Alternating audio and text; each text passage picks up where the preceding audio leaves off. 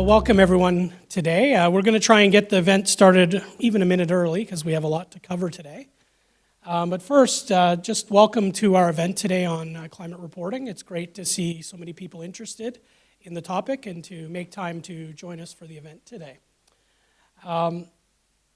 It's an exceptional program I think we have lined up today in terms of the speakers we have. I'm very excited myself to watch our speakers to introduce and then the panelists that will be participating in our discussion today. Got a very diverse perspectives on the climate reporting issue, and I think I'm very interested in the questions that they'll be answering as well as the questions we may receive from the crowd today. So don't be shy once we get to the Q&A portion to share your questions with the panelists. But today's event's really about the importance of the public sector in leading solutions to climate change and climate reporting and how that plays a role in addressing the needs and changes that we all need to make. So we'll be talking about a number of different perspectives, but it does relate to the importance of climate reporting and providing transparency and accountability to those who are driving the changes in this space, as well as identifying the information and data needed to manage the climate transition, and how a robust reporting framework is central to those two aspects. Before I get started, a couple of housekeeping items. So today's event's not publicly broadcast, but we are recording it, and we will be keeping some of the clips to use after the event. However, it is a public event, so the things that you hear today are public record. There's nothing that's proprietary. So just keep that in mind when you're having discussions. Who's in the room and that people are interested in the topic. So without further ado, I'd like to call up our first speaker today, Peter Welch from Accountancy Europe. Peter.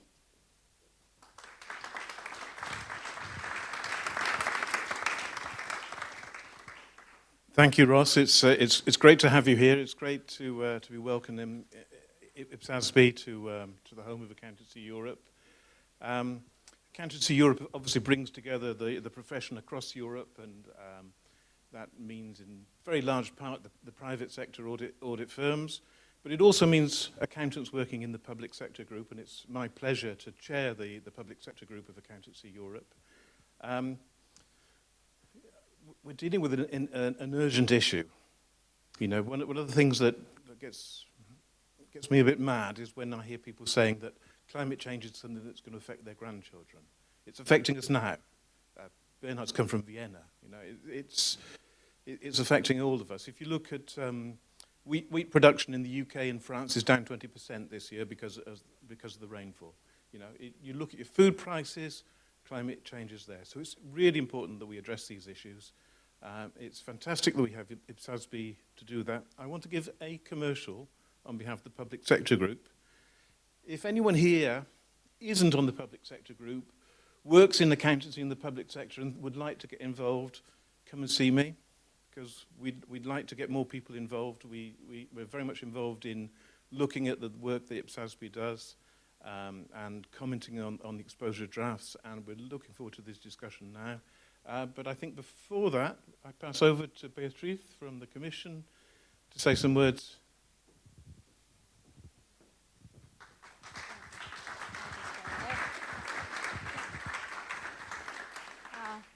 Thanks a lot, everyone, and everything that has been said so far resonates very much with what the Commission does.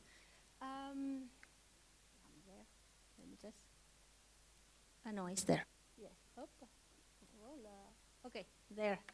So it is true that the Commission also is trying to see how we can contribute and help member states and the world to fight climate change. So you see here panoply of titles. In reality, you know that Rosa Aldea Busquets retired in August, so she's enjoying the retiree life in Spain. And for the moment, I'm trying to, to jungle and to try to reach everything and to do many things, and probably doing half of the things well. But the most important is the first the title, which is the Director of the Treasury and Accounting. And in that sense, I have Lars that you all know, because he is always helping and coordinating and passing the good words that he hears in this board and in the CAG to the Commission, and he helps us to share all your ideas and all your reflections to the Commission DGs, because the Commission is a big institution and there's much more than DG budget.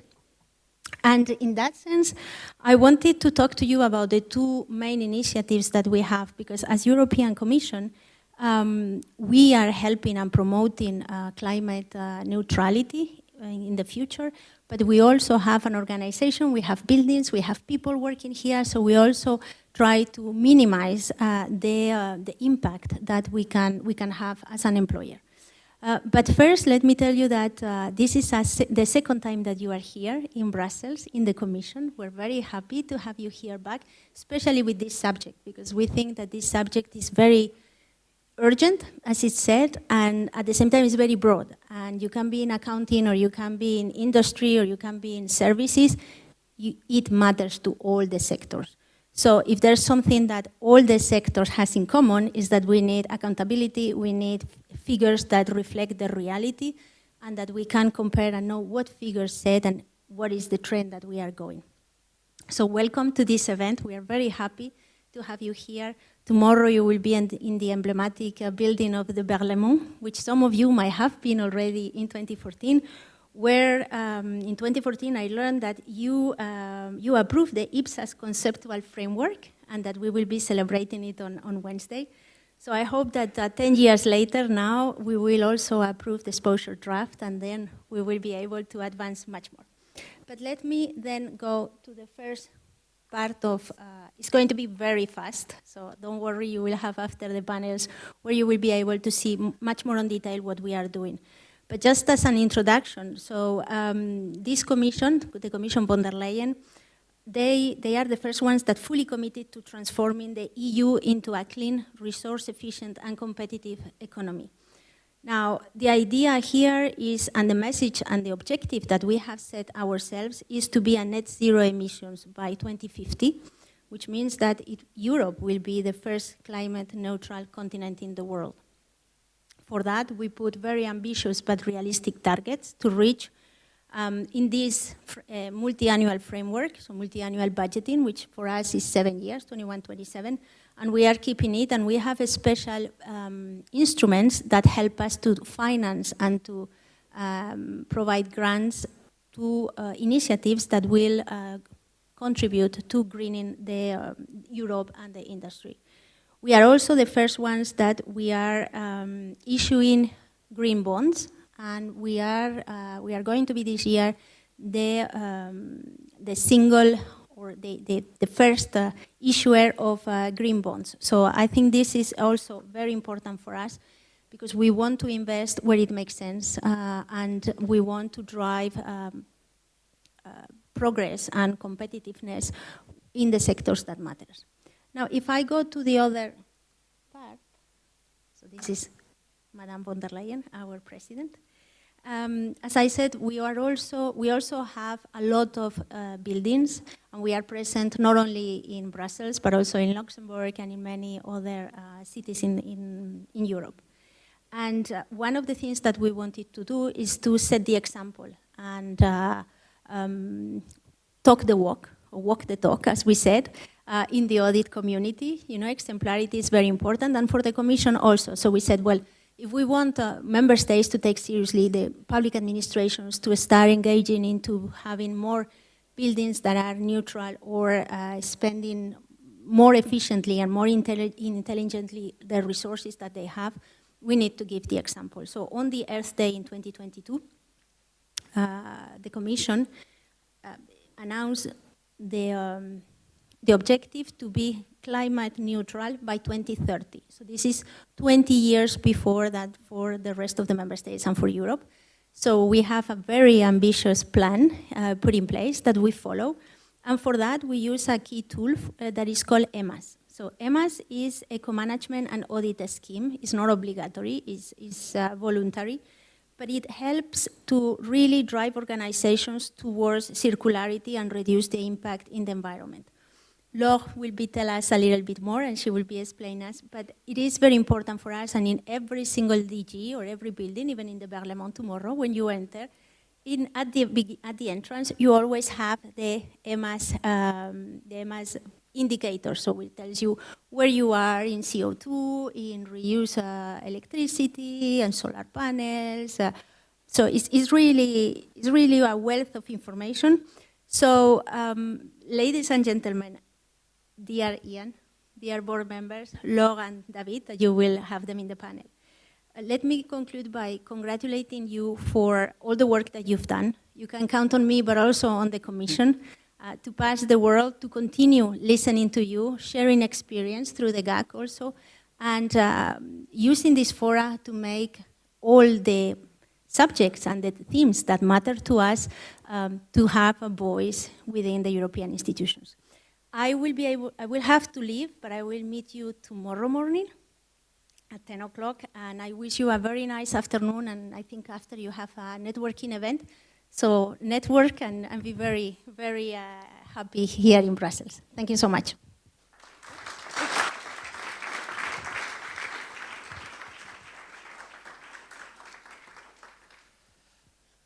Thank you, Beatrice and Peter. So unfortunately, the IFAC CEO, Lee White, couldn't be here today. He really did want to make it, but he had a conflict that required him to be in another part of Europe. But he did record a short message that we're going to play now, so you can see some words from the CEO of IFAC about the importance of this topic. Hi, this is Lee White. I have the privilege of being the CEO of IFAC. My apologies I can't be with you today at this important event that brings together representatives of the IPSASB, of the European Commission, and importantly of Accountancy Europe as well. But what I can see and also know is that developments are happening at a rapid pace now regarding information and climate-related disclosures in the public sector across the globe. And this is an incredibly important development because climate is a global issue and needs a global response. And whilst there's been a lot of focus, particularly in the private capital markets, of which the governments play a key role, importantly as well, the disclosures that come from the exposure draft of the IPSASB will lead to better information and more accountability on climate-related disclosures. We can all see that there is a journey developing in terms of this type of information and the broader sustainability information.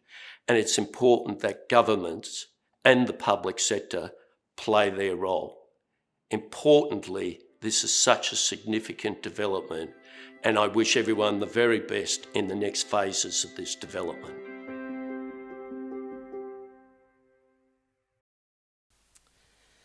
Great, and with those words from Lee about the broader perspective, I'd like to call up one of the staff who's working on the development of this exposure draft, Karen Lung, IPSASB manager. So she's going to take us through a very quick overview of the exposure draft.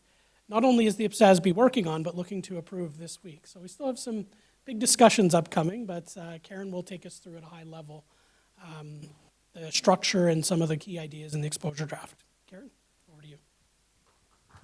Thanks, Ross.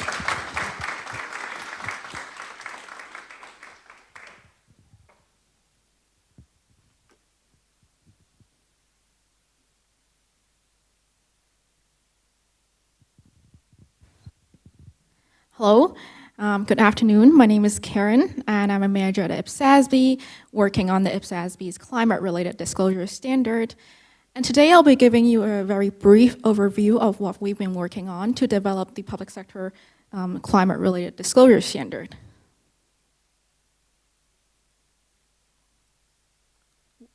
Sorry.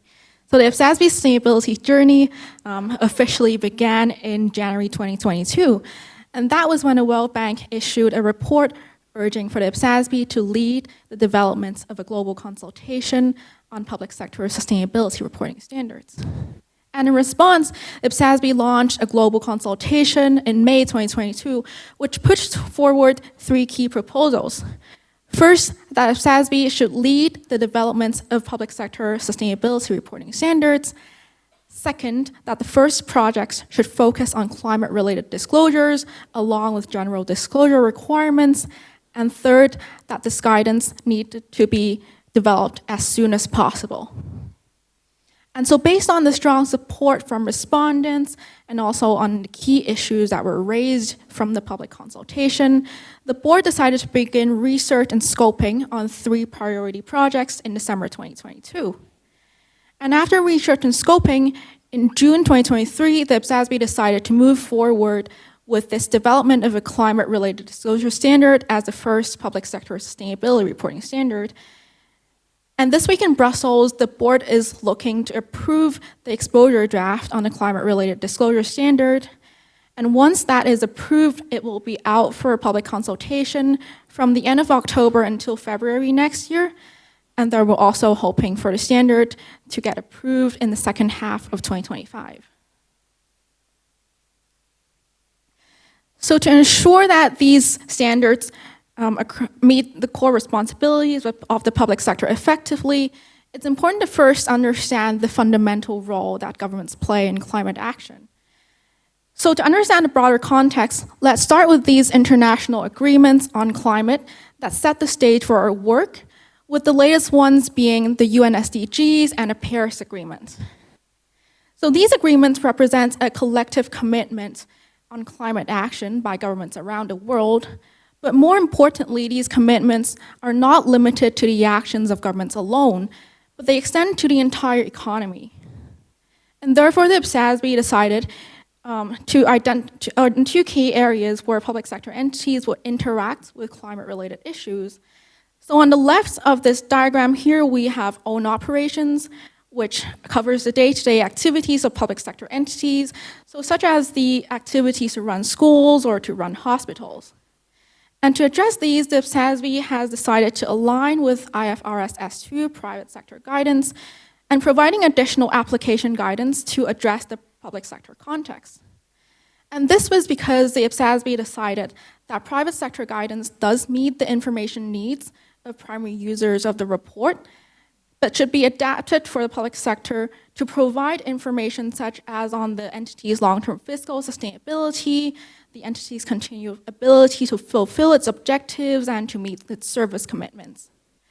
And in addition, this supports consistency between public and private sector reporting, which is really important to support investment from capital markets. And on the right of this diagram, we have public policy programs, which are public sector specific disclosures on the policy responsibilities of public sector entities. And so the public sector has a unique ability to set policies and regulations which can impact the economy, environment, and people. And this was something that our respondents to the consultation paper specifically highlighted. And so the IPSASB proposed specific disclosure requirements and guidance to address this. So while these disclosures do share some similarities with that in the private sector, these public sector specific guidance and adaptations will ensure that these disclosures can provide appropriate information for primary users of a report and enabling them to make informed decisions and also to hold decision makers accountable.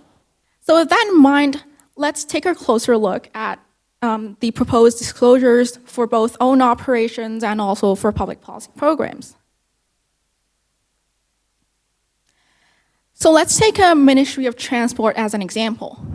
So for own operations, which applies to all public sector entities, the entity will provide disclosures on the climate-related risks and opportunities that could affect the entity's day-to-day activities.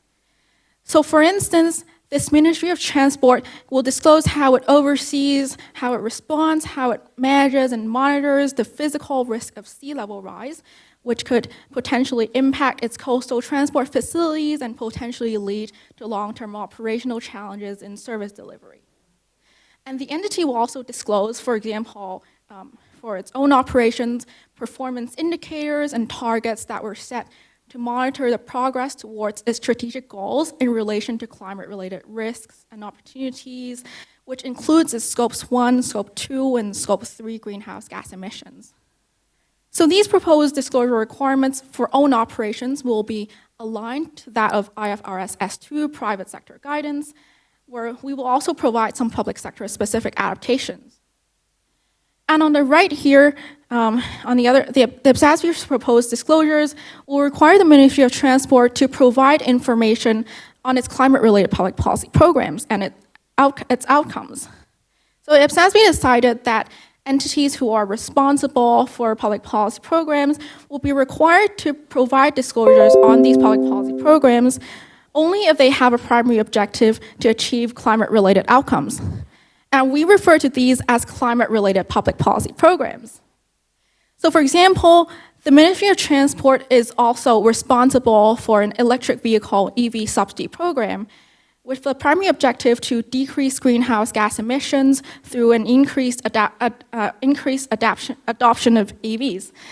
So that falls under our definition of climate-related public policy programs. And so therefore, this Ministry of Transport would be required to provide disclosures that helps primary users understand how and why these policy decisions were made, which would include, for example, the objectives of the subsidy program, what are the factors that went into these decisions to set the policy program. So for example, was a climate scenario analysis done to inform policy design, or were there potential trade-offs, and did you do a cost and benefit analysis on that? What are the financial implications of the policy program? So for example, funding and future costs of the program, the estimated increase or decrease, so the estimated change in greenhouse gas emissions that are reasonably attributable to the subsidy program. So for example, for this EV subsidy program, if the electricity used to charge these vehicles are still from non-renewable sources, along with the increased emissions from lithium mining for EV batteries, that might actually result in an increase of greenhouse gas emissions. So the entity would also be required to provide disclosures on the intended outcomes of the program and how it is progressing towards its targets. So looking ahead, once the exposure draft is approved, we expect it to be out for public consultation for 120 days. We're also seeking for volunteer entities to help test parts of the standard, to get feedback from implementing that, and also to ensure that it actually meets practical needs.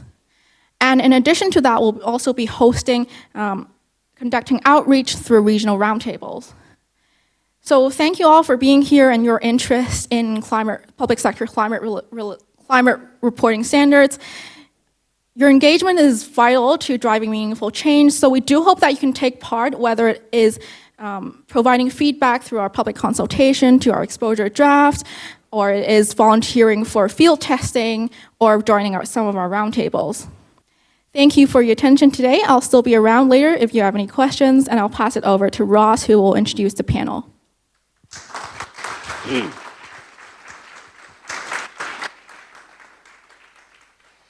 Thank you very much, Karen, for that very great overview. I can tell you it's very difficult to sum up the work of the IPSASB in this space in 2 or 3 slides. So we gave Karen a really tough challenge to try and bring all the hard work the staff and the board have put into developing this exposure draft into 3 or 4 quick slides and summarize it so well. So great job, Karen. I should say too, Karen's one of our newest staff members, and I think this is the first time she's publicly presented to a forum for IPSASB. So great job overall for Karen. But I did want to highlight one other staff member who's with us today. So Celine Chan is our other project manager who's sitting in the audience here, and Karen and her are working on this together, but we weren't sure if Celine's flight was going to be here on time.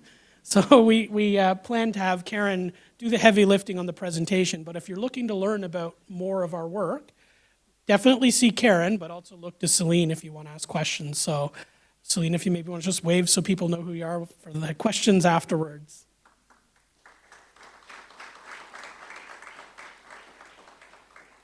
So with that, we're about to get into the exciting part where we're going to have a great panel discussion, but to take us through the panel will be Fabienne Collignon from our IPSASB CAG. She's our CAG chair member, our CAG chair leader, and she's going to take us through the panel and a quick introduction and then introduce our panelists. So Thank you very much, Fabienne, for moderating the panel. Over to you. Thank you, Ross. Good afternoon, and thank you for attending today. So far, we've heard from Peter Welsh on the urgency of addressing the public sector, sustainability reporting in the public sector, and we've heard from Beatrice on climate-related initiative in the EU. We've also heard from Lee, Ross, and Karen where the IPSASB stands on sustainability reporting, and more specifically on its climate-related disclosures project.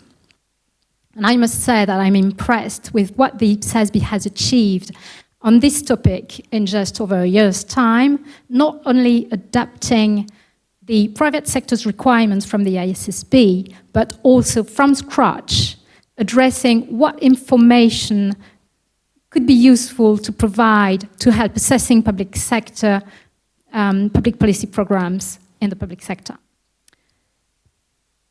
Now, to illustrate further today's event topic, we've gathered a panel of experts that will discuss and elaborate on the idea that the world needs public sector leadership on sustainability initiatives, including public sector reporting that will enhance transparency, ensure better accountability, and provide the data needed to secure a sustainable planet and sustainable public finances. In moderating today's panel, I start with a short introduction of each panelist in turn, together with the panelists' interest in the topic at hand. The panel will then discuss a range of different public sector initiatives and perspectives, and the audience will be able to ask questions at the end of the panel discussion. So now let's get to know our panelists a bit better, starting with Lynn. So Lynn Pament is come on, take your seat.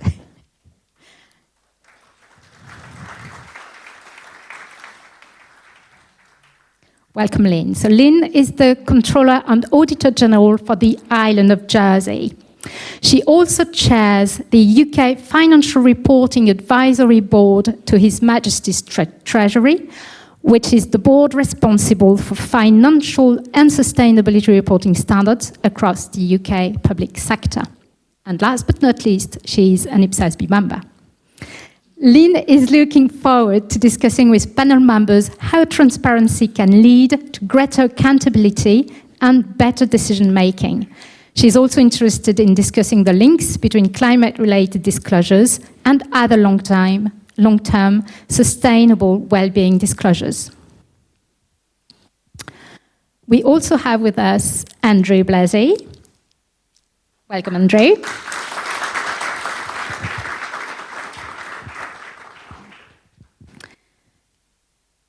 Andrew is the Deputy Head of Budgeting and Public Management at the OECD and works with governments to strengthen the arrangements and performance of public finance to achieve policy goals. Andrew is a member of the IPSASB's Advisory Group on Sustainability Reporting and supports the Public Interest Committee, which is the oversight body that ensures standard-setting activities serve the public interest. Andrew is a key advocate of the OECD Paris Collaborative on Green Budgeting, which looks at how governments are integrating climate change and environmental considerations into budget frameworks and processes to help make progress towards net zero and related objectives. Now, coming from Canada, René Pichard. Welcome, René.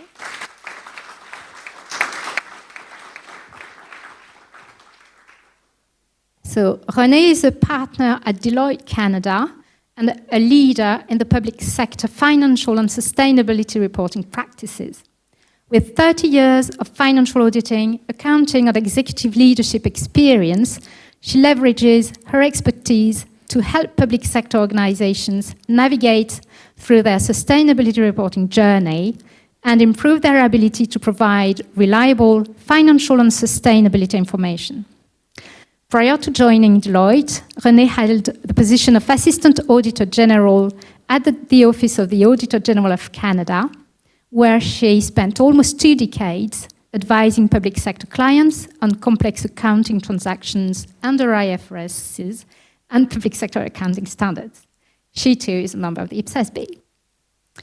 Renée is interested in helping public sector organizations through demystifying climate disclosure requirements for governments and public sector organizations and helping entities take first practical steps to start mobilizing on their disclosure journey using a pragmatic mindset.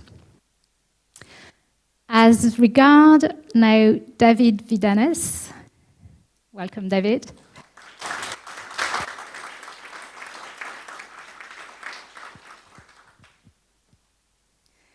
David is the head of sector for performance and policy mainstreaming at DG Budget at the European Commission. In this role, David coordinates the monitoring and reporting on the EU budget's performance and the integration of key priorities such as climate, biodiversity, and gender equality into the EU budget. The green transition is a central priority for the European Commission.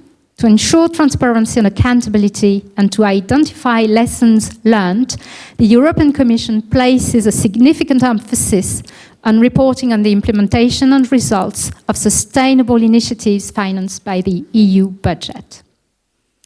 Today, David is looking forward to sharing the latest Commission initiatives related to sustainability reporting in the EU budget and learning from the experience of others in this area. I'll end the panelists' introduction section with Laure Ledoux. Welcome, Laure.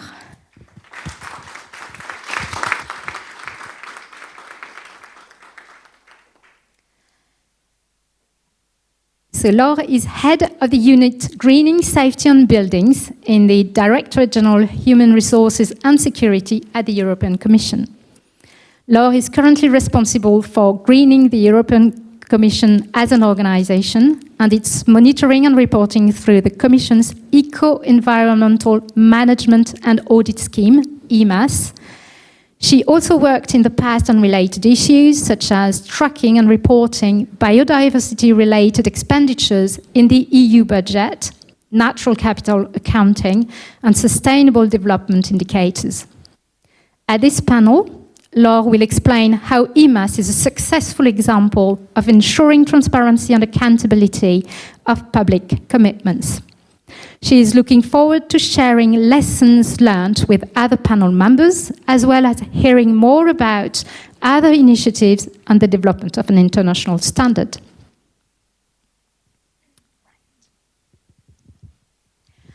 Now, let's kick off the panel discussion. So to set the scene, I start with a very broad question to Andre.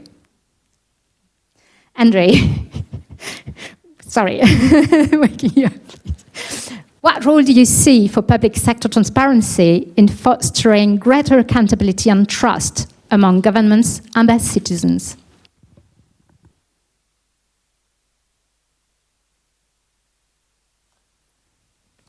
Thank you. You're right, it is a big question. It was the size of the question was came to light or showed itself to us at the OECD recently with a OECD survey on trust, and it showed that between 70 and 80% of the people surveyed, over 60,000 responses, saw that they expected governments to take meaningful action on climate change. But yet, at the same time, less than half of those respondents actually had confidence that sufficient action would be taken on those goals, which really sort of highlighted the trust challenge there when it comes to climate action. And with that, the sort of fundamental importance of transparency as one of the contributors to influencing trust outcomes by showing what progress is taking place. And so I think, obviously with the focus of this meeting and the hopeful release of the exposure draft, actually a strong move forward in being able to see action there in a way that's not solely on the voluntary initiatives that have taken place so far. And I think part of this is the completeness of it, in that many countries are undertaking what we call green budgeting, as you saw on the slide earlier on in this presentation, of integrating climate considerations into public finance, but there isn't the ex post to follow through on financial reporting. And I think what we're hoping to see there is a big step forward on that. Thank you. Thank you, Andrew. So engagement seems to be strong in the public sector. For now, I suggest we keep looking at the overall management of broader environmental goals, and I'd like to ask Laure about the Eco-Management and Audit Scheme, EMAS. That is a premium management instrument developed by the European Commission for companies and organizations to evaluate, report, and improve their environmental performance. So, Laure, how does integrating EMAS into public sector operations contribute to achieving broader environmental goals and enhancing public trust in government sustainability initiatives? And can you share some examples? Thank you, Fabienne. So you won't be surprised, I guess, if I reply that I think the really key area is a reliable and transparent reporting system, but perhaps I can illustrate this a bit more specifically. So in the European Commission, we publish every year our carbon footprint with very detailed data that is verified by an external accredited auditor. So again, with a specific example, as part of our climate neutral commitment, we've committed to reducing our office space area, in particular through more flexible working and increased home teleworking. And naturally, that has raised questions as to, does that just displace emissions or is that a real environmental gain? And because we already had a very thorough and detailed environmental management system, we've shown that we can measure, and we do take into account the increased emissions from home teleworking. And if you compare them to decreased commuting emissions and also decreased, obviously, emissions from office buildings, you do have, as a result, quite a significant net environmental gain. But that requires indeed to have that management system in place before you make this commitment so you can demonstrate real progress. Thank you, Laure. So EMAS is indeed a very good example of a tool to assess environmental performance of organizations. Now, with a view to illustrate the link between budget processes and the effects of climate change, I'd like to ask David, how is the European Commission integrating climate-related disclosures into its budget performance and policy setting efforts? Hello? Yes. So thank you for the question. The EU budget, the EU has now two main budgetary instruments. One is the traditional EU budget. The other one is Next Generation EU.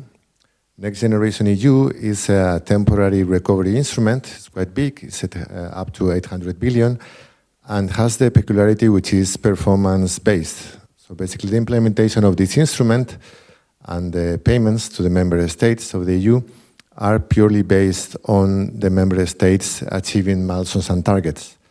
In addition, for this specific instrument, member states have to allocate 37% of their investments for this plan for climate. So basically combining these two elements, so the climate element and then the performance-based, this is an instrument that basically links completely, it's a direct link between performance and climate reporting and then the implementation of the program. On the other hand, we have the traditional EU budget. In this case, what we do is more we call it performance-informed budgeting. Basically, when we prepare our draft budget and when we prepare our annual accounts, we also attach to these documents comprehensive reports on climate expenditure and also on climate performance. So this way we inform the budgetary authorities about the decision they need to make on the budget. Thank you, David. So your example well illustrates the need for sustainability reporting then. And I'd like now to hear more about sustainability reporting from the perspective of the standard setter. So my next question will go to René. As part of your role to support entities in their adoption of sustainability standards and beyond the altruistic benefits of sustainability reporting, what is driving your clients to voluntarily move into this space? Are they reaping the benefits they expect? Yes, we've already mentioned, I think, so far in this event, a number of the drivers. I would start with the first one really being a growing public awareness and concern about climate, fighting climate, about sustainable development. And we see it from the different perspectives, different stakeholders having a different angle on the public sector entity. We see it on the boards. Directors are a lot more aware of their accountability, their leadership as part of the board, and trying to understand what management is doing about this. Employees as well are demanding a place of work that is a responsible place that takes into account sustainable development. So we see these perspectives coming out a lot more strongly. International commitments, we've already talked about the international commitments. This is also driving that public awareness. Public sector entities, a lot of them, need to also attract funding and partnerships. They therefore want to be communicating, telling their sustainability story so that they can attract the institutional investors. Institutional investors today are looking at making their investment decision based on the sustainability and the sustainable development practices of the entities in which they want to invest. So there is a movement of capital into more green initiatives, and entities are recognizing that. They understand that they need to articulate their sustainability story and articulate it in a way that is consistent with how others are articulating it. I have some examples of provincial governments in Canada that have been asked by rating agencies. You know, what are you doing? Where is your sustainability report? How can we start rating you and assigning you a sustainability rating? So we're starting to see that happening with public sector entities. Those on the front line, so cities, local governments, they are incurring an enormous amount of money and spending significant costs in fighting severe climate events. They're on the front line. They need to invest in resilient infrastructure and mitigating those weather events. So they also need to present better information so that they can use their decision makers can use that information to make better decisions about long-term capital funding, budgeting as well, and allocating resources to those priorities. And the last one, a lot of entities, I heard it mentioned earlier, in the education space, colleges, universities, sustainable development is really at the heart of their mission and their values, very close to it. And for them, it's just natural to want to be socially responsible and to tell their story. Thank you, René. This very well explains the importance of sustainability reporting to the public sector, and you pointed out that local authorities are at the forefront of the topic. So I'm now turning to Lynn to get a glimpse of her experience in the UK. So, Lynn, you've got a mic. Okay, so I'm just asking the question first. You ask the question. I'll be patient, honest. Thanks. Well, we've got a bit of time, so we're fine. So the UK Treasury has already begun its sustainability reporting journey. What benefits have you seen come out of this initiative, and what lessons can be learned from the journey so far, both in terms of addressing financial risks and opportunities of sustainability issues on public sector entities, and in terms of public sector entities' contributions towards sustainable development? Thanks, Fabienne. So just a little quick history, I guess, in terms of where the UK are at. So the UK Financial Reporting Advisory Board have taken a view to, and we are in the process of implementing the Task Force on Climate-Related Financial Disclosures requirements into the UK public sector. Why did we do that? Well, we wanted to start somewhere. And when we took that decision, there was no S1, S2, there was no IPSASB project, and we wanted to start somewhere in what we called a no-regret action. We were keen, and in the UK, we generally like to base our financial reporting requirements on the private sector. We didn't want the public sector to be left behind, and we wanted to start somewhere. So we set out on a journey, but we've taken a phased approach. And why have we done that? Well, perhaps we gave the public sector, perhaps we've given them a bit of time to get their house in order. We've started with data requirements. We were doing some sustainability reporting already, and so to not move that sustainability reporting to another internationally recognized framework didn't feel right, but at the same time we recognized that actually governance arrangements and risk management arrangements, and in some respects strategies, were needing to be developed in the public sector because of the public sector's wider remit. So I guess one of the lessons we learned was actually thinking about a phased approach, and we started with governance and with some metrics, not all of the metrics, but we started with some metrics and governance. And then we are beginning to then overlay that with risk management requirements, targets, and eventually strategies. So we adopted a phased approach to help the public sector move to collect data, and recognition that collecting the data and putting governance arrangements in place would help inform strategies and risk management. So we tried to recognize that. Other lessons learned, I guess, from our perspective is not all parts of the UK are the same, believe it or not. So we had Wales, who had embedded the UN Sustainable Development Goals into primary legislation. What that meant was that Wales already had different reporting requirements around longer-term sustainability than England or Scotland.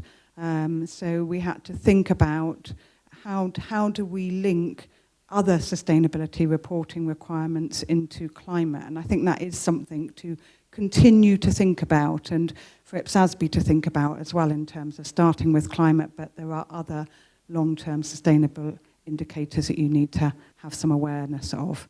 And then I will shut up in a moment, but you came to me last, so I will speak a little longer. Other benefits we've seen, actually, have given a lot of thought to consistency that we might want to see, particularly when it comes to modelling and scenarios for the future, and how we might think about consistency in the public sector.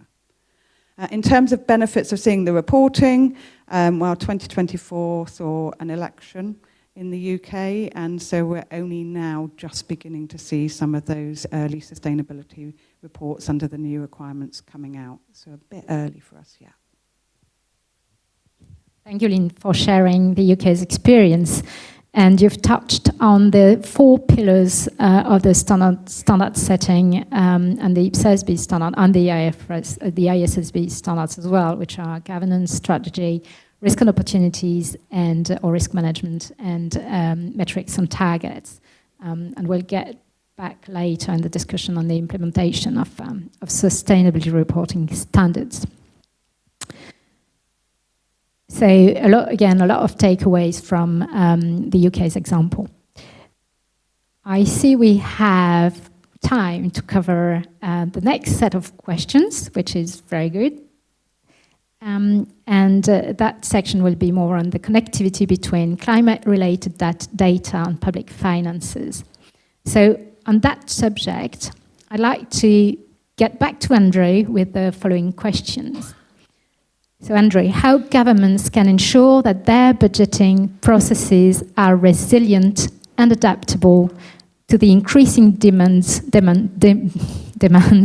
climate change and sustainability?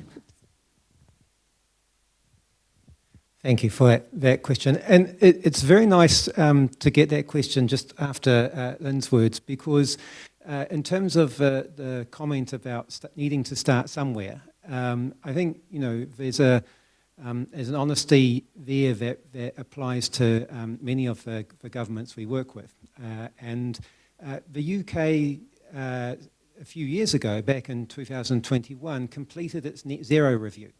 And one of a really difficult review, and one of the things that stood out from it, though, was what capacities did the organisation need to maintain high-quality policy advice when thinking about climate change and the kind of trajectory that would be required on that.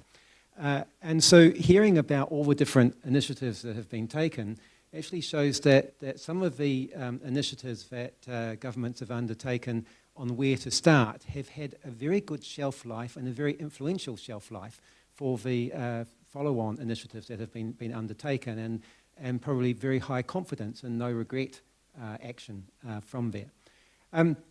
One of the other things that have happened to help that resilience that you mentioned is that this move to have climate and environmental aspects included in public finance has now grown to the point that over 2/3 of OECD countries undertake this. And so there is a critical mass that has taken it from somewhere to start and experimenting into mainstream. And with that, there's a consensus about where one is stepping. They're stepping in a firm place because others have taken similar steps. That means that the move has also matured, that just because information might be available, it's now going through a generation of what's meaningful in that information, and how can we move to actually get information that's closer to estimating emissions, or something that follows through to the results that are being sought. And that's taking many countries to move beyond budget tagging, for example, into estimating emissions, knowing that relates more to their performance measures that they're reporting on and is more directly relevant to their climate-related disclosures. And so that kind of resilience that you're seeing, and also system thinking that you're seeing in the processes coming through, I think is really strengthening this practice, strengthening an exciting area in development, and actually making it a core expectation of public finance as we go forward. Thank you. Thank you, Andre. And as you pointed out, actions are taken to mitigate the stress of the effects of climate change on budget processes. And on that relation between climate-related reporting and decision-making on public finances, I'll turn to Laure with the following question. How can public sector entities leverage climate data to make more informed decisions and achieve better outcomes for both sustainability and public finances? Thank you. And I already mentioned our IMAS database. So the availability of this data allowed us to really define which were the most impactful actions to reach climate neutrality by 2030. So for the Commission, this means basically fewer and more performant buildings. I already mentioned that. But also reducing emissions from professional travel and from commuting, and digitalization. And that allows to reduce only, to a certain extent, and then obviously compensate for the remaining emissions, but that only once we've reduced as much as possible the emissions. So we're looking at that only towards 2030. So one point maybe I would like to highlight in terms of making an impact is staff engagement. We were talking about the importance of employees. So making sure that we have the awareness raising actions and the incentives to actually change behavior. So one concrete example is in our IT system to manage professional travel, we make sure that the employees actually see the impacts in terms of carbon emissions of their choices, and we also have very detailed guidance in terms of green travel. So for example, under 550 kilometers, the train should be chosen over plane automatically. That's just an example. And then we were talking about public finances, maybe just to mention that we do, a lot of these actions actually also result in savings for the budget. So reduction of office space, obvious example, but we have a lot of energy saving actions and circular economy actions that also result in saving. I think that's worth highlighting. Thank you, Laura. So I think you made a very important point showing how climate-related data connect with public finances. To dig a bit further into that connection, I'm now turning to David with a specific question in relation to green bonds in the EU. So David, what are the key findings of the comprehensive Next Generation EU Green Bond Allocation and Impact Report in December 2023, which enhanced transparency and accountability in the use of funds used through green bonds? And can you tell us more about the methodologies used to translate outputs from finance measures into quantifiable climate impacts and how these data inform policy decisions?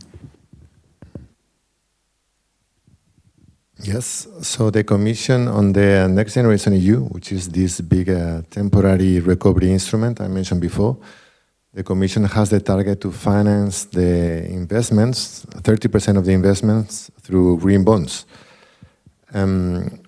Last December, we published the first green bond allocation and impact report. This report includes reporting on the investments being financed by the green bonds, and also for the first time, the impacts of these investments through green bonds.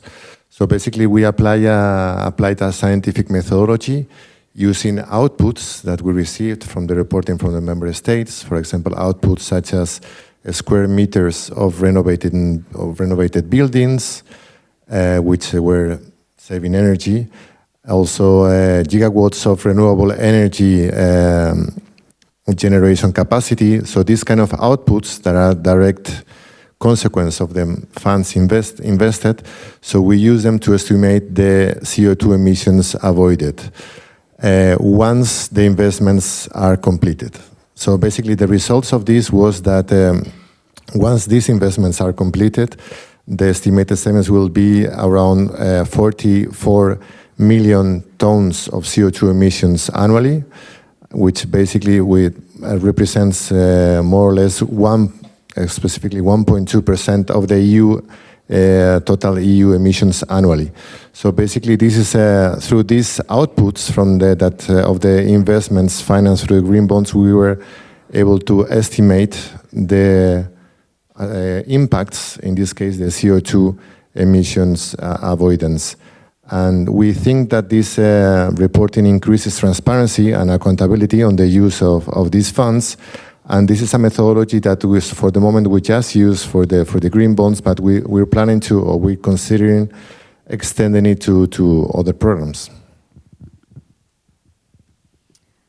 Well, thank you, David, for sharing how the EU assesses the impact of expenditures financed by Next Generation EU green bonds. Now, I'd like to have the panel talk a bit more about sustainability reporting practices in the public sector. And for that, I'd like to ask René, what are the key challenges you see for public sector entities in adopting comprehensive ESG reporting practices? I would start by saying the complexity of the task.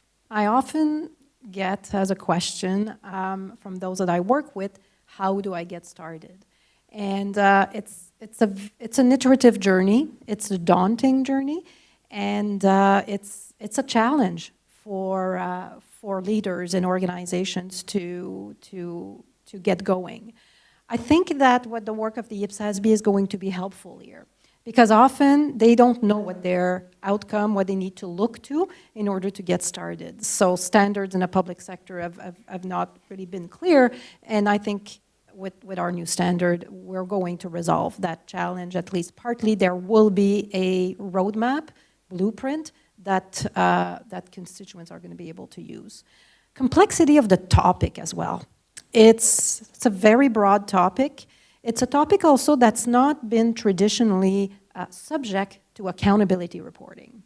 So when we think about data, climate data, sustainability data, that data doesn't have today necessarily the credibility that, for instance, financial data has. It hasn't been really used for accountability reporting in the past. That's another challenge. The data quality, getting it in a good place so that eventually public sector organizations, governments will feel comfortable releasing that information and publishing it. Another question I often get is, who should be leading this? Is this for me? No. Okay, thank you. Go ahead. I still have 3. Okay, thank you. I have 3 more challenges to go through. So aligning also on governance and amongst the key leaders of the organization is key.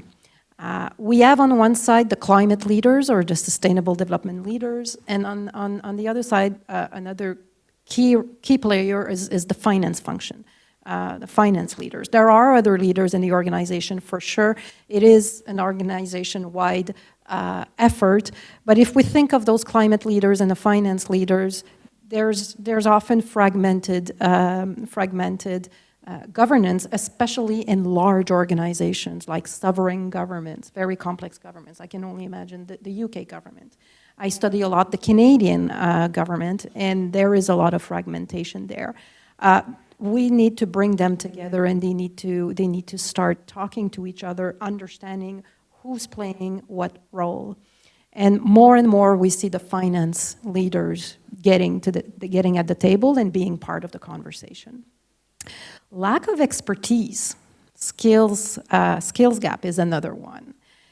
Again, if I think of the two leaders, our sustainability or climate leaders are not used to dealing with accountability reporting. So the financial, the sustainability reporting framework are not in place. So they lack the experience in putting together business processes, internal controls, and robust reporting frameworks that will support robust sustainability and climate data. On the other side, finance leaders are often saying, what do we know about climate and sustainability? We can't be leading this. That can't be us, can it? And of course, what financial leaders bring to the table is this expertise and very deep experience with building strong reporting frameworks and reporting processes. And the subject matter, whether it's a number, it's a dollar sign, or whether it's a GHG emission or another data point, the subject matter doesn't matter.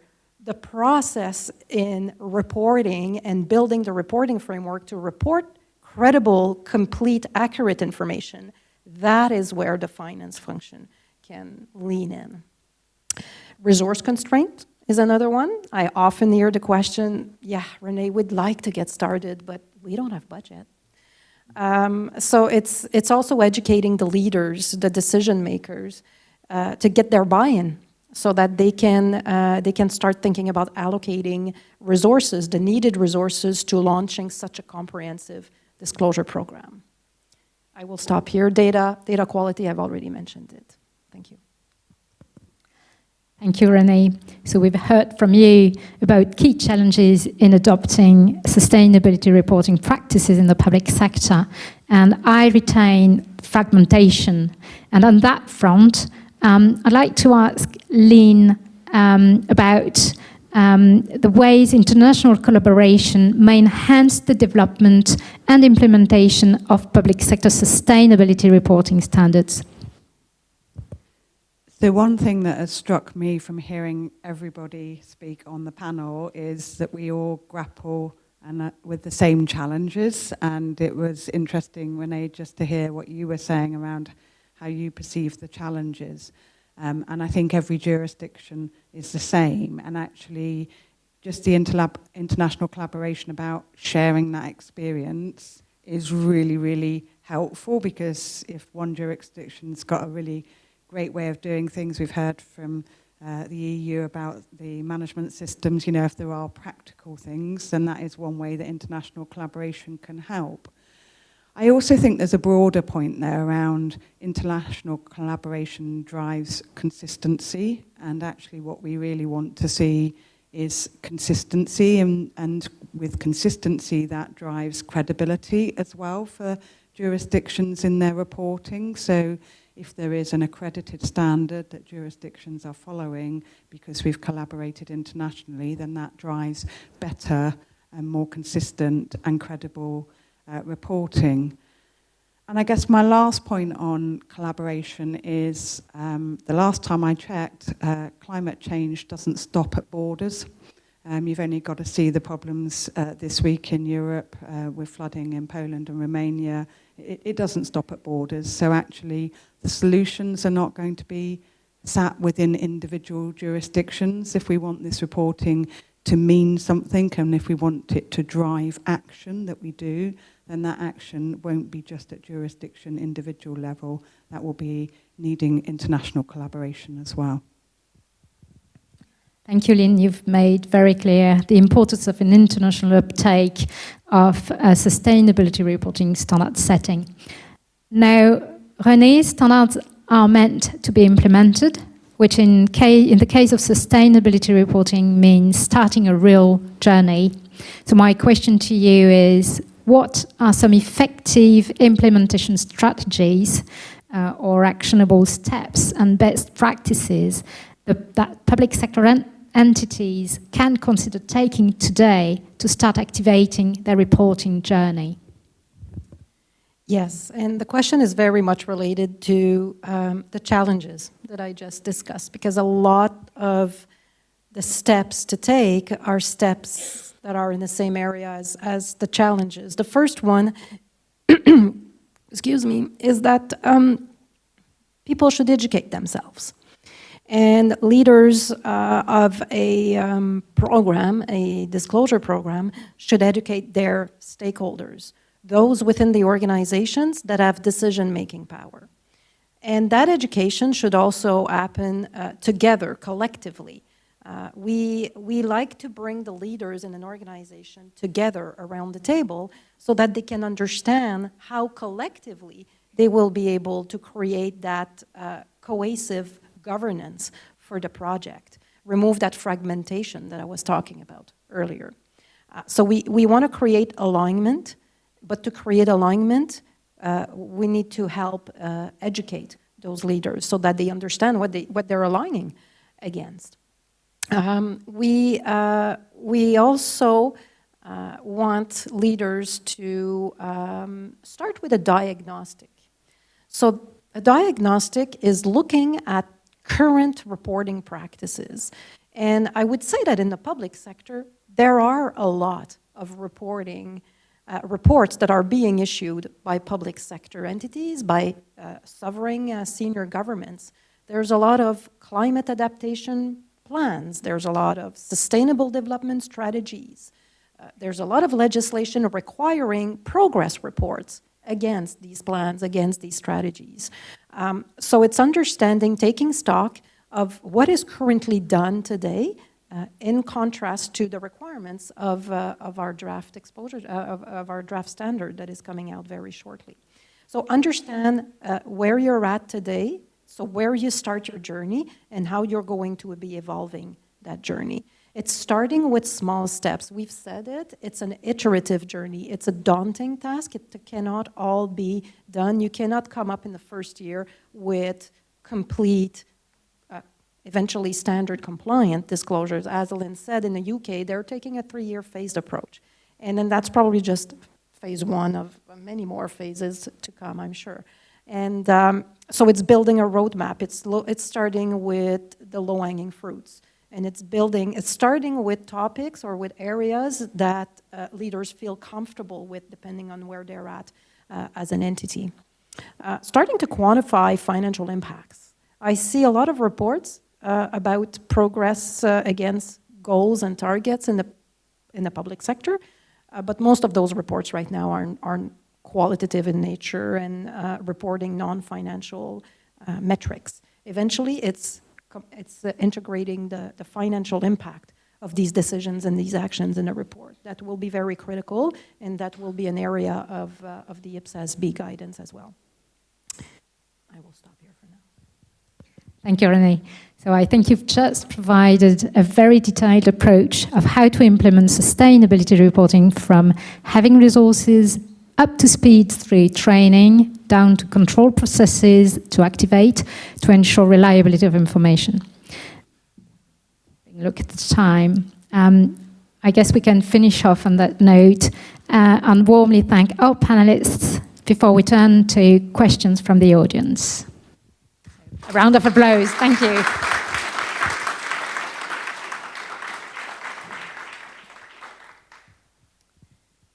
So before I take questions from the audience, I'd kindly remind you to be clear and concise and pose only one question at a time. So go ahead, who wants to be first?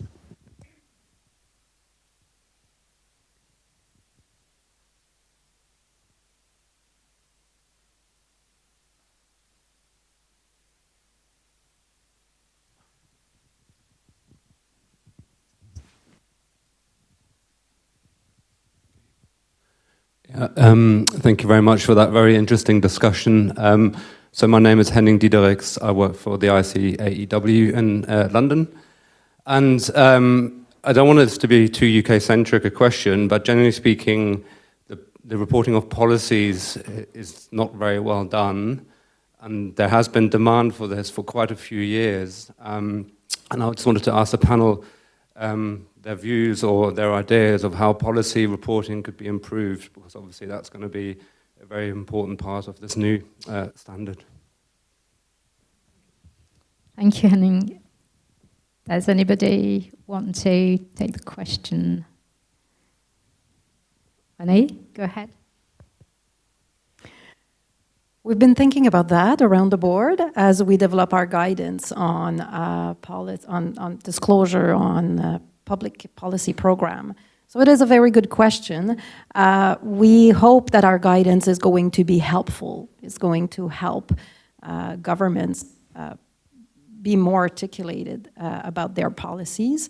I think that really making an inventory of what they're doing today and thinking about the expected impact of those policies will be important. So the nature of the policy, the purpose of the policy, the expected impact, it's not an easy space, but it's one where I think, as I said, it's iterative. Start somewhere, and as we get experience, as our governments get experience disclosing these policies, we're going to see more comprehensive disclosures, I believe, over time. Thank you, Renee. Lynn, you want to add something? One of the challenges or observations that we've had in the UK, but also in my other job in Jersey, is actually seeing outcomes and outcome measures change takes time, and policy implementation takes time. So some of the pushback sometimes is, how can you expect me to comment annually on an intervention that is going to take a very long lead time? And that is something that I think, probably organisations do need more support and more realism about some of the targets and how long those will take in terms of nudging metrics in the right direction, and something for IPSASB to think about, but also what does an annual commentary mean on that when actually you may not see it nudge very much in an annual point? Thank you, Lynn. David? Yes, thank you. No, I very much have the same situation. As I mentioned here, I think the reporting moving from expenditure, which is mainly it's an input, no? Something easy to report, to more effects is a key challenge. Of course, there is a question of timing. It was mentioned here. I think that's why we've been trying with these estimations of effects based on outputs. This is a possible way we're analyzing. And also think that there's, in our case on the EU budget, we're also trying to aggregate reporting from the different EU budget programs, because sometimes the information is difficult to consolidate. So this is something we want to improve, and we're working on that. And also to make the information more user-friendly. Now there is online tools that can help on that. So this is something also we're trying to improve. Thank you, David. So a lot of takeaways here for your question. Anyone wants to add up to the responses? Andre, go ahead.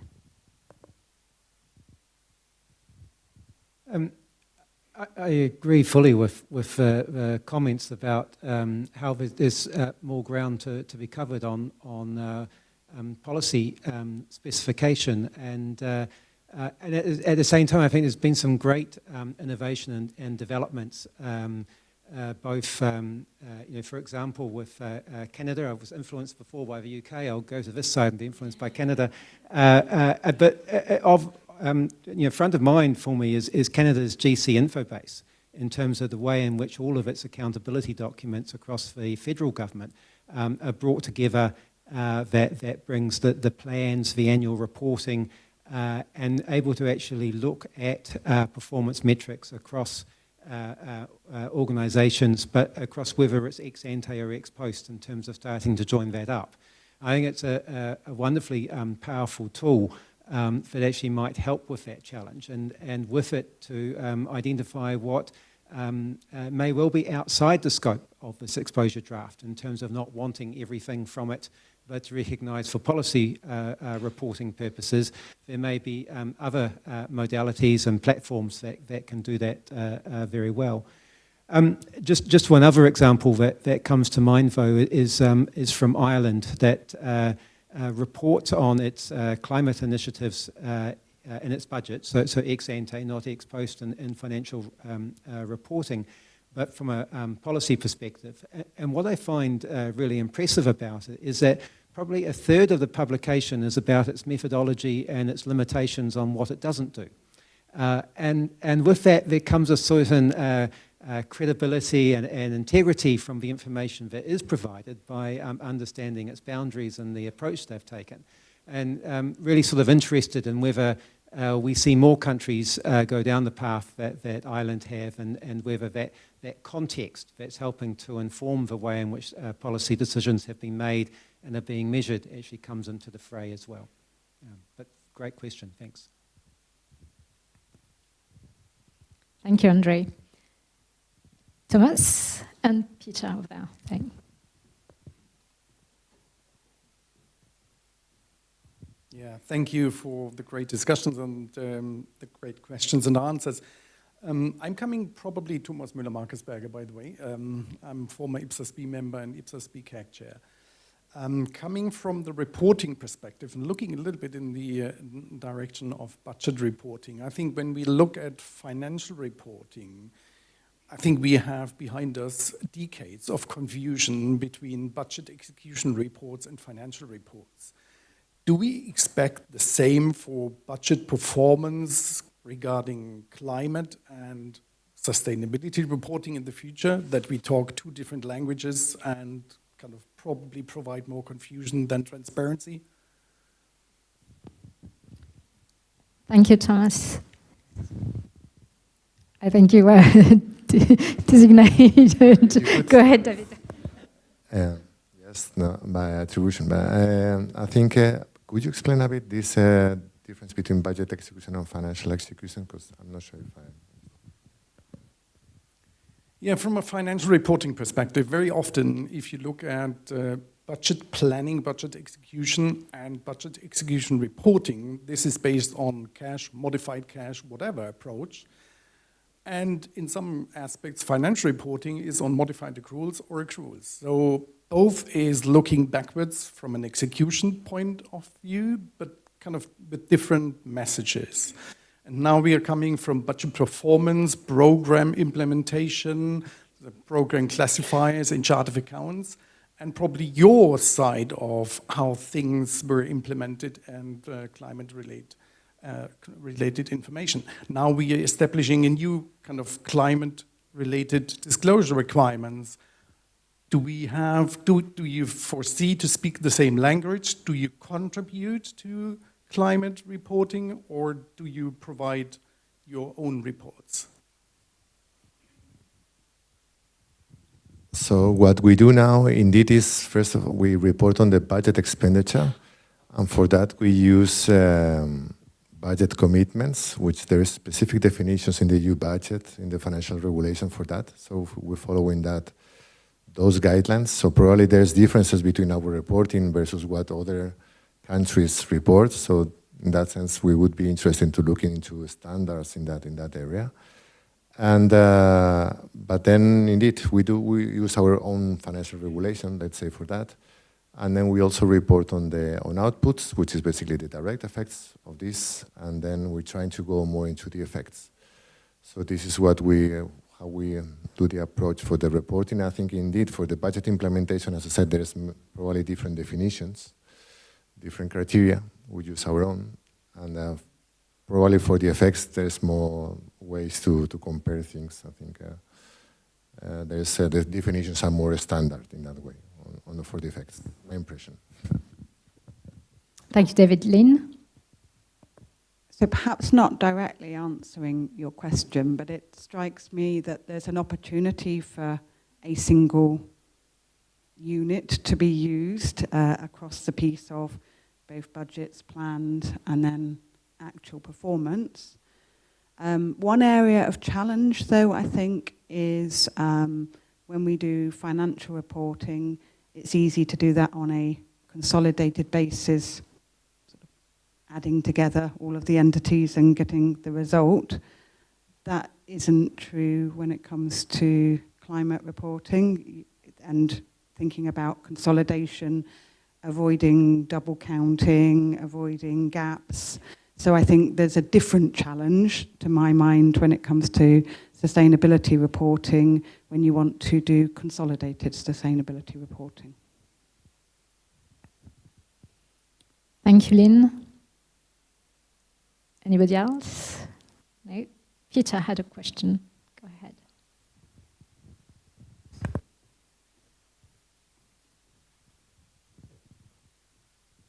Yeah, slightly related to Thomas's question, I guess, and to Andrew's comments earlier.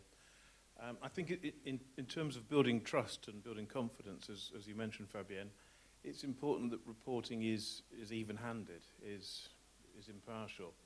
And so I think it's important that when there are disclosures on the policy impacts, that it's on all the policies we're running. I mean, one of the things that's on my mind is that I think in Europe we're spending more on fossil fuel subsidies than we're paying on promoting renewable energy.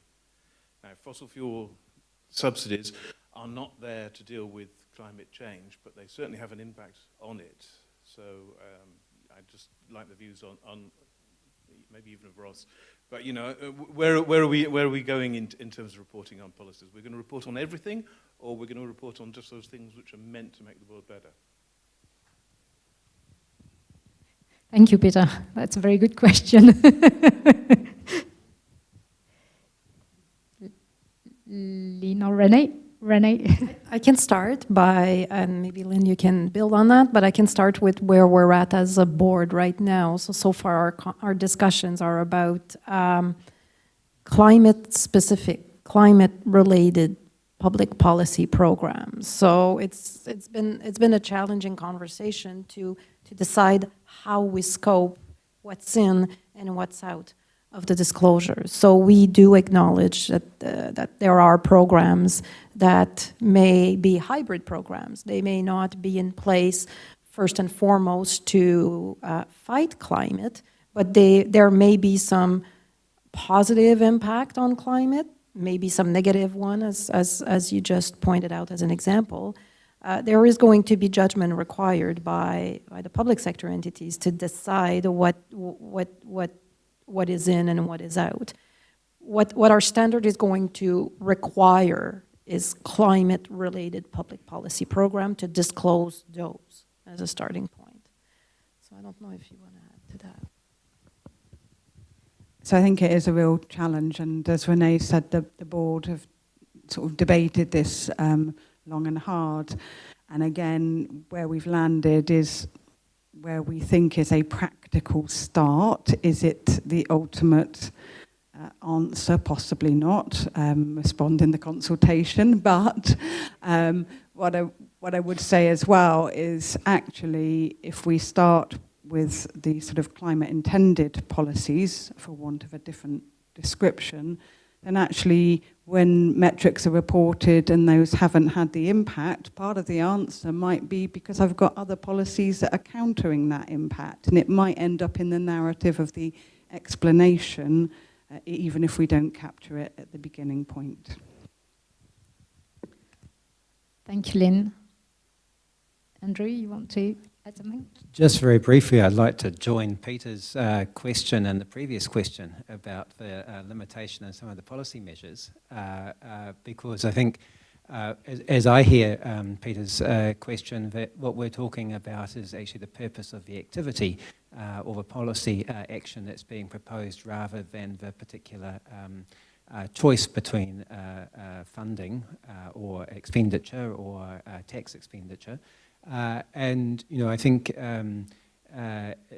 to illustrate the point, one that we often come across is that of, say, a landfill where are interested in the emissions because of the methane released, but actually the leaching from the water into waterways from the flow-off, the environmental impact's just as important as well. And so therefore we can have a distortion in our policy measure by looking at one thing that the accounting standards are covering, but not actually by focusing on the activity and the damage that's caused. So while I agree entirely this is a start in terms of climate-related disclosures, I hope we see the broadening of it to actually the policy intervention and its design rather than necessarily the accounting scope. Thank you, Andrew. Well, I get a lot of other questions, so I'll take maybe one or two more questions. Just one? Don't know who wants to go first.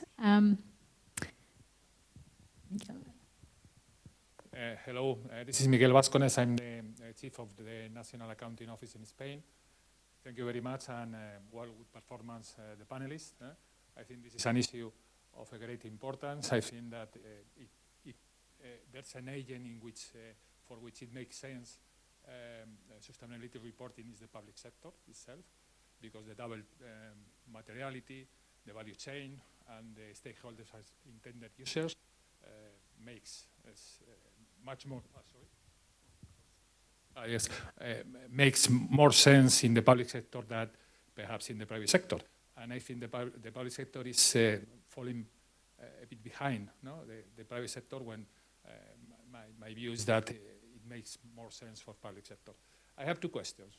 The first one has to do, I think that is law has addressed that issue, is who is in a better condition to compile reporting, sustainability reporting in the public sector, the accountants, other services, and the reporting, the sustainability reporting should be outside the scope of the audit report, as it is the case in the private sector, in which is subject to an assurance report outside the audit report, or contrary, should be within the scope of auditing. This is. Thank you, Miguel. Yes, I can start. So I'll start with your second question. So we are not planning to propose to divert from where the ISSB has provided guidance there. The location of the disclosure, the climate disclosures, will be either in the annual financial report or outside of the financial report on its own. If it's outside, we will be looking for a cross-reference to it from the annual financial report. In terms of the timing also of release and frequency, we want to see alignment between an annual financial report being released annually and then the disclosure report also being released annually, typically at the same time or thereabout in the same space. So no, it's not going to be part of the audited financial statements. Those are disclosure standards. While we are an accounting standards board, we're issuing disclosure standards. And as I said, they're not going, the disclosure is not going to go in the financial statements per se. The first question, trying to remember the first question. Does somebody remember? Yes. In my experience, it is a joint effort. The sustainability leaders or climate leaders cannot do it on their own, and the finance leaders have a key role to play in building those strong, disciplined, structured reporting frameworks. And the organizations that I've seen that have matured with mature disclosure, climate disclosure, sustainability reporting, are those where they've recognized the value and the need of the finance leaders to be part of that reporting journey. And I will leave you with an interesting emerging event is the emergence of the ESG controller. And the ESG controller is a new role that belongs in the finance function. That's under the CFO. And their role is to play, to integrate the team within the finance function and with the climate leaders, the other leaders, to create this integrated reporting framework. Thank you, Renee. I think in the interest of time, we're going to stop there. Whatever other questions you may have, feel free to use the cocktail networking reception to pose your questions to the panel and other people in the room. So thank you very much to the audience for the very relevant questions, and thank you to our panelists for the engaging and very informative discussion we just had. So a fantastic panel discussion with a lot of takeaways that I hope you've enjoyed as much as I did. And I'll now hand over to Ross. So a round of applause for the panel. Thank you.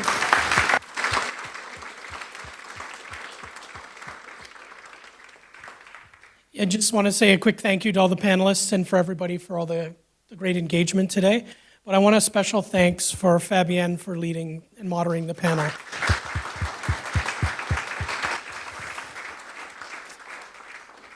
And with that, to close the event, I'm going to call up the IPSASB chair, Ian Crothers. And Ian's got a very tough job this week because not only does he have to take away what he's heard here today, he's got to marshal the board through a very tough approval on the sustainability standard as well as some other things. So Ian, over to you. So thank you for that reminder, Ross.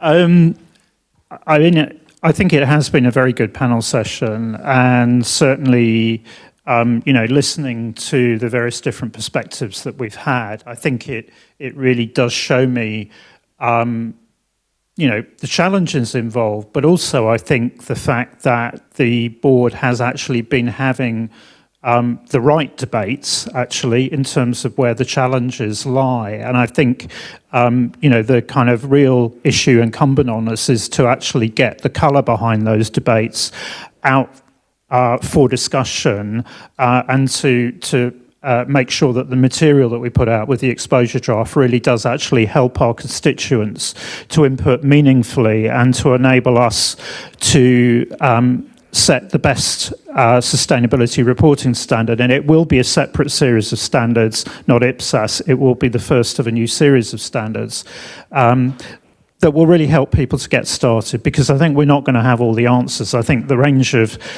points we've had made in the panel show, but it is really, really important to get started. And I think, going back, I would just like to say thank you very much to the panel again for all their insights. I think what it has shown as well is the value of events like this. And so I'd certainly like to say thank you to colleagues from Accountancy Europe and to IFAC for helping make this event possible today. Certainly I think it's good that the board, and I can see a lot of board members sitting in the audience, technical advisors. I think that's really given colour to the debates that we're going to be having this week. So if we can just recognise Accountancy Europe and colleagues at IFAC for putting this event on today. I think it has been a great event, so just if we can show our appreciation for that.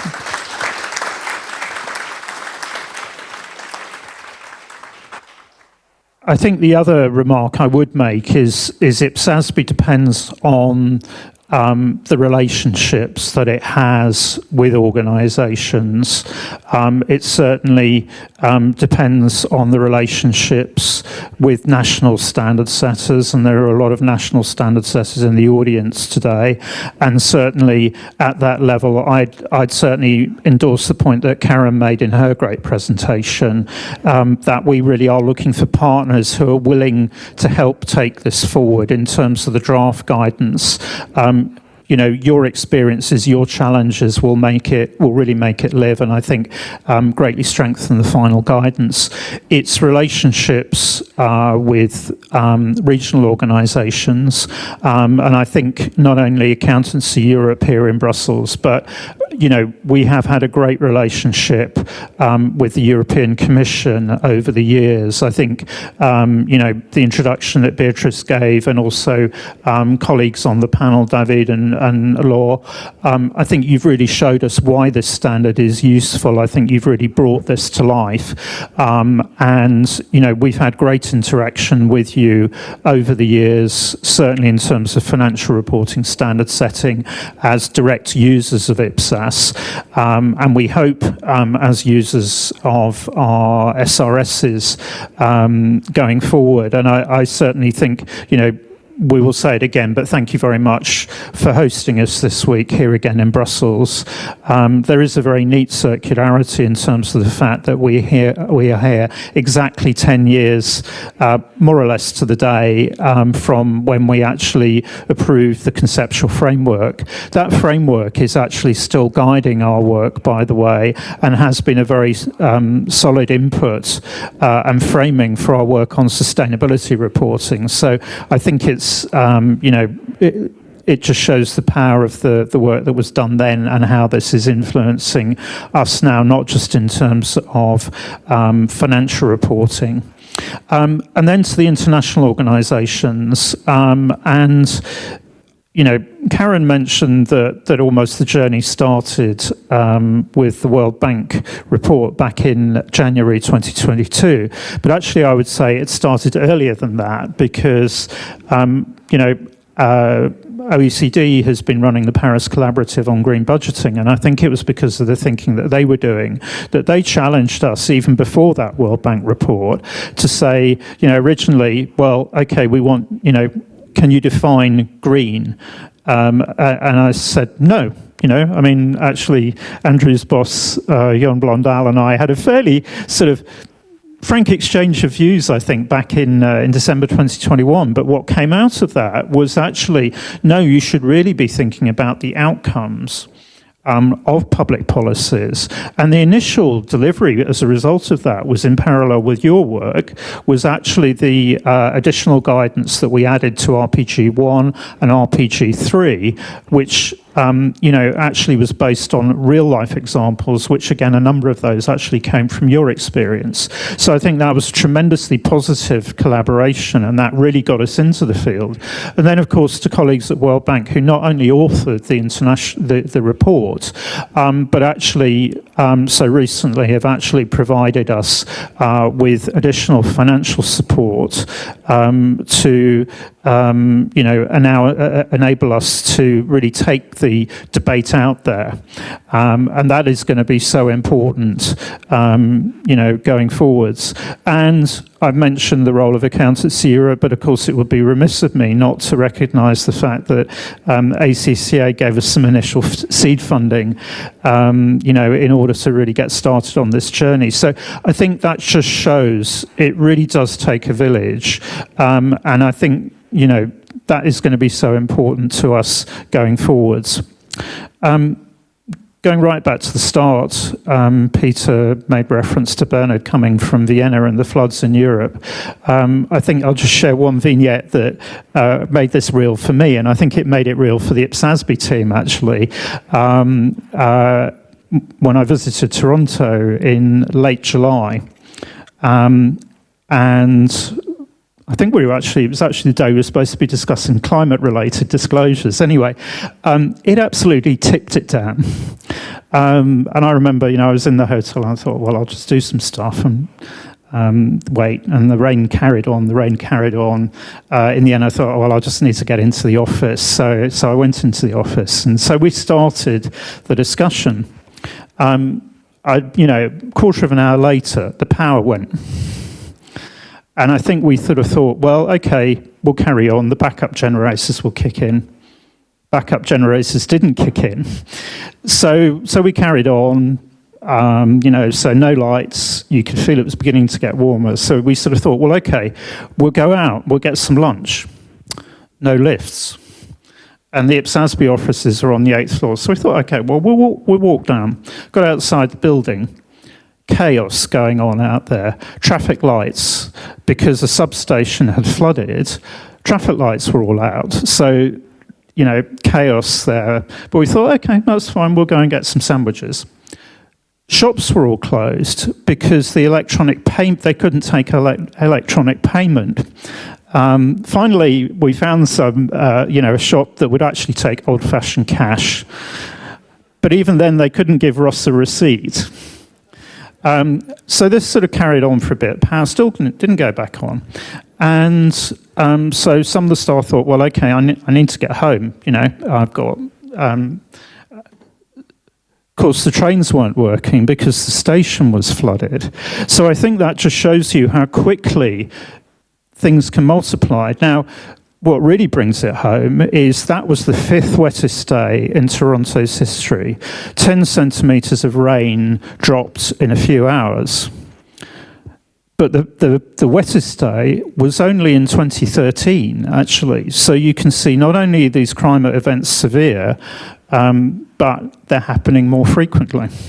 So, I just offer that as a very real-life example. So if any of us had any doubts about why we're here and about the importance of what we're doing this week, I think, there's your evidence. But just to say thank you very much, everyone, for coming to the event. Thank you very much for those who organised it, those who participated in it.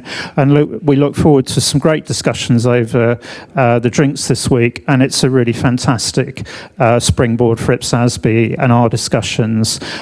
So thank you for that. And we look forward to your contributions going forward. Thank you, everyone.